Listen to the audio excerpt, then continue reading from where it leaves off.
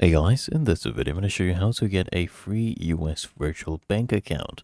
Now to get a truly free US virtual bank account can be challenging, especially if you're a non-resident without a US address or social security number, because traditional US banks often have strict requirements, and there are two main approaches for non-residents to get an account.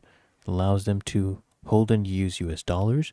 So you use these kind of international digital money platforms and specific non-resident bank accounts. So wise.com is a good one. Wherever you are in the world, you can get bank accounts for any different currency. For example, US dollars, euros, Great British pounds, different currencies across the world. Okay? And you can do the same thing here on Zenos. Zenos is actually a banking platform for non-residents. Okay, so this is just an example. You can go do your research and get different fintech banking online platforms, right? Or you can use Wise. Really that easy.